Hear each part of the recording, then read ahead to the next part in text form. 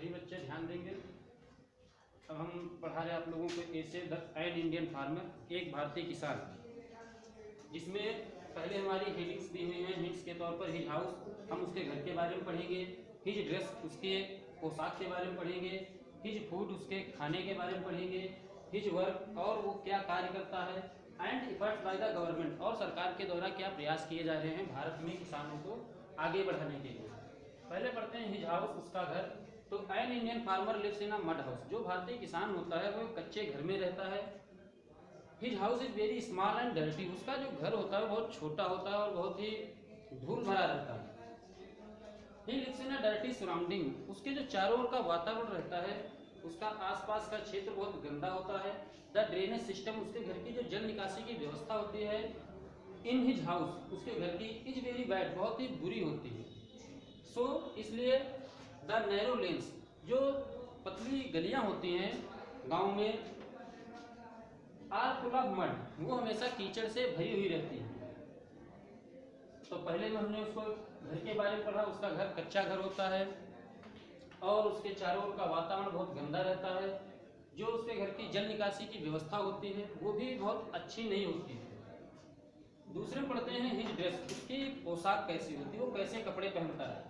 His dress is very simple, उसकी जो dress होती है, उसकी जो वेशभूषा होती है वो बहुत ही साधारण होती है। He puts on rough clothes, वह बहुत मोटे कपड़े पहनता है। ही वियर्स अ धोती, वो धोती पहनता है। Kurta and a cap, dhoti kurta और टोपी का इस्तेमाल करता है कपड़ों में पहनने के लिए।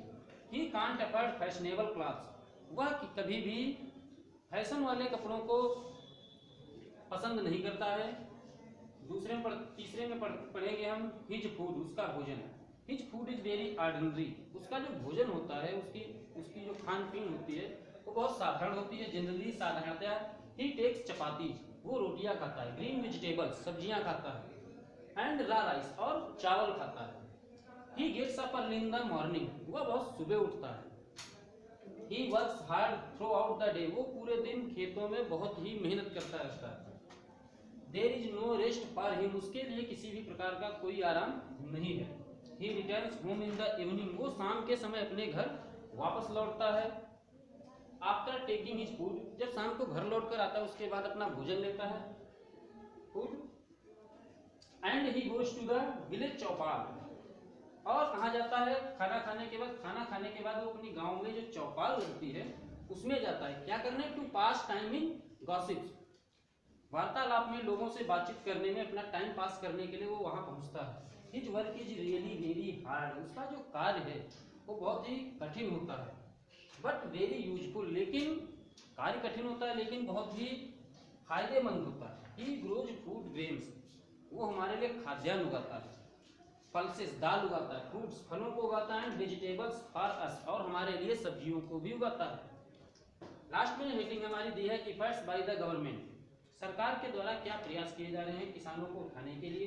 तो he is the backbone of our country, जो किसान है, जो इंडियन फार्मर है, जो भारतीय किसान है, वो हमारे देश की आधारशिला कहा गया इसको है। बैकबोन का मतलब वो हमारे देश की रीढ़ की हड्डी के समान है। The government is trying to improve his condition, जो सरकार है वो लगातार प्रयास कर रही है उसकी स्थिति को सुधारने के लिए। New schools are open in the villages, गांव में नए नए सरकार स्कूल खोल रही है। बैंकों को ओपन कर रही है। एंड कोऑपरेटिव सोसाइटीज, और जो सह समितियां हैं उनको भी ओपन किया जा रहा है। आर हेल्पिंग हिम, किस लिए ओपन कर रहे हैं?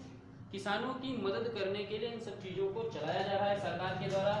इनफैक्ट वास्तव में the future of India depends upon his progress, और वास्तव में देखा जाए तो हमारे देश की जो प्रोग्रेस है वो भविष्य में किसानों पर ही निर्भर करती है। इस ऐसे को सभी बच्चे ध्यानपूर्वक लिखेंगे और उसको याद करेंगे।